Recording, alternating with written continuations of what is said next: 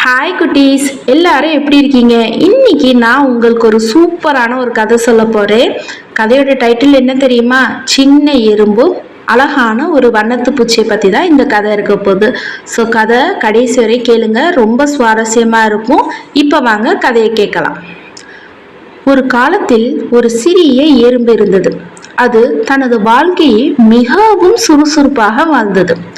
எப்போதும் ஏதாவது ஒரு வேலையை செய்து கொண்டே இருக்கும். ஒரு நாள் அந்த எறும்பு ஒரு அழகான வண்ணத்து பூச்சியை பார்த்தது. வண்ணத்து பூச்சி அங்கேயும் இங்கேயும் பறந்து கொண்டிருந்தது.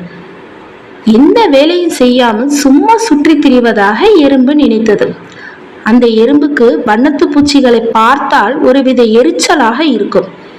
இந்த வண்ணத்து பூச்சிகள் ஏன் இவ்வளவு சோம்பேறித்தனமாக இருக்கின்றன? எங்கேயும் தேடி செல்வதில்லை, உணவை சேகரிப்பதும் இல்லை, சும்மா பறந்து கொண்டே இருக்கின்றன என்று தனக்குள்ளேயே முணுமுணுத்து கொண்டே இருக்கும். ஒவ்வொரு நாளும் எறும்பு தனது கடின உழைப்பை பற்றி பெருமையா பேசும். ஒரு நாள் எறும்பு வழக்கம் போல உணவு தேடி சென்றது. அப்போது ஒரு பட்டுப்புழுவை கண்டது. அது ஒரு மரக்கிளையில் தொங்கிக் கொண்டிருந்தது. பட்டுப்புழு அசையாமல் இருப்பதை கண்ட எறும்புக்கு ஆச்சரியமாக இருந்தது. இது ஏன் அசையாமல் இருக்கிறது என்று யோசித்தது. சில நாட்கள் கழித்து அதே இடத்துக்கு எறும்பு மீண்டும் வந்தது. பட்டுப்புழுவை காணவில்லை. அதற்கு பதிலாக ஒரு கூட்டை பார்த்தது. அந்த கூட்டில் ஒரு சின்ன ஓட்டை இருந்தது. அடுத்த சில நாட்களில் எறும்பு தனது தினசரி வேலைகளை செய்து கொண்டிருந்தது. ஒரு நாள் அந்த கூட்டில் இருந்து ஒரு அழகான வண்ணத்து பூச்சி வெளிவருவதை கண்டது. அந்த வண்ணத்து பூச்சி மெதுவாக தனது சிறகுகளை பிரித்தது. எறும்பு அதை உன்னிப்பாக கவனித்தது. அந்த வண்ணத்து பூச்சி மெதுவாக பறக்க ஆரம்பித்தது.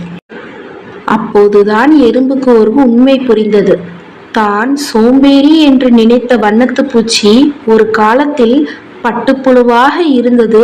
அது கூட்டுக்குள் தன்னை மாற்றிக்கொண்டு புதிய சிறகுகளுடன் அழகாக வெளிவந்துள்ளது. இந்த மாற்றத்தை கண்ட எறும்பு மிகவும் வியந்து போனது. வண்ணத்து பூச்சிகள் சும்மா இருப்பதில்லை, அவை ஒரு பெரிய மாற்றத்திற்காக உள்ளே உழைக்கின்றன என்பதை எறும்பு புரிந்து கொண்டது. இந்த நிகழ்வு எறும்புக்கு ஒரு பெரிய பாடத்தை கற்றுக் கொடுத்தது. நாம் மற்றவர்களை அவர்களின் வெளித்தோற்றத்தை வைத்து எடை போடக்கூடாது. நமக்கு தெரியாத பல விஷயங்கள் அவர்களுக்குள் இருக்கலாம். ஒவ்வொருவருக்கும் ஒரு தனிப்பட்ட பயணம் இருக்கும். எறும்பு அன்று முதல் வண்ணத்து பூச்சிகளை மதிக்க ஆரம்பித்தது. அவற்றை சோம்பேறி என்று நினைத்ததற்காக வருந்தியது. இதை நீங்களும் தெரிந்து கொள்ளுங்கள். யாரையும் அவர்கள் எப்படி இருக்கிறார்கள் என்று மட்டும் பார்த்து மதிப்பிடாதீர்கள். அவர்களின் திறமைகளை, அவர்களின் உழைப்பை, அவர்களின் உள் அழகை பாருங்கள். அப்போதுதான் இந்த உலகம் இன்னும் அழகாக மாறும். இது ஒரு எளிய கதை, ஆனால் நமக்கு ஒரு பெரிய பாடத்தை கற்றுக் கொடுக்கிறது. இந்த கதை உங்களுக்கு பிடிச்சிருந்ததா குட்டீஸ்? உங்களுக்கு இந்த கதை பிடிச்சிருந்துச்சுன்னா மறக்காம நம்மளோட சுட்டி சுட்டி வேர்ல்டை சப்ஸ்கிரைப் பண்ணிக்கோங்க. பாய் பாய் குட்டீஸ்.